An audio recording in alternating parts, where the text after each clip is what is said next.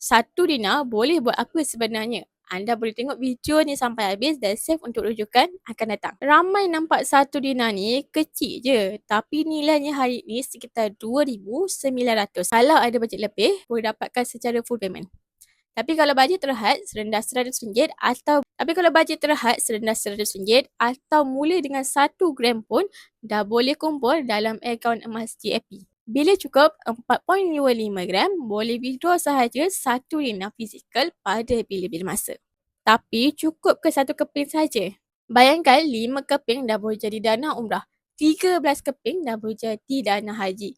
18 keping boleh bantu kahwin tanpa hutang. Lagi banyak kumpul satu dinar, lagi besar matlamat yang boleh dicapai. Fakta yang ramai tak sedar, emas nilai dalam jangka panjang akan sering meningkat mengikut masa. Sebab tu emas dijadikan sebagai pelindung nilai dari inflasi.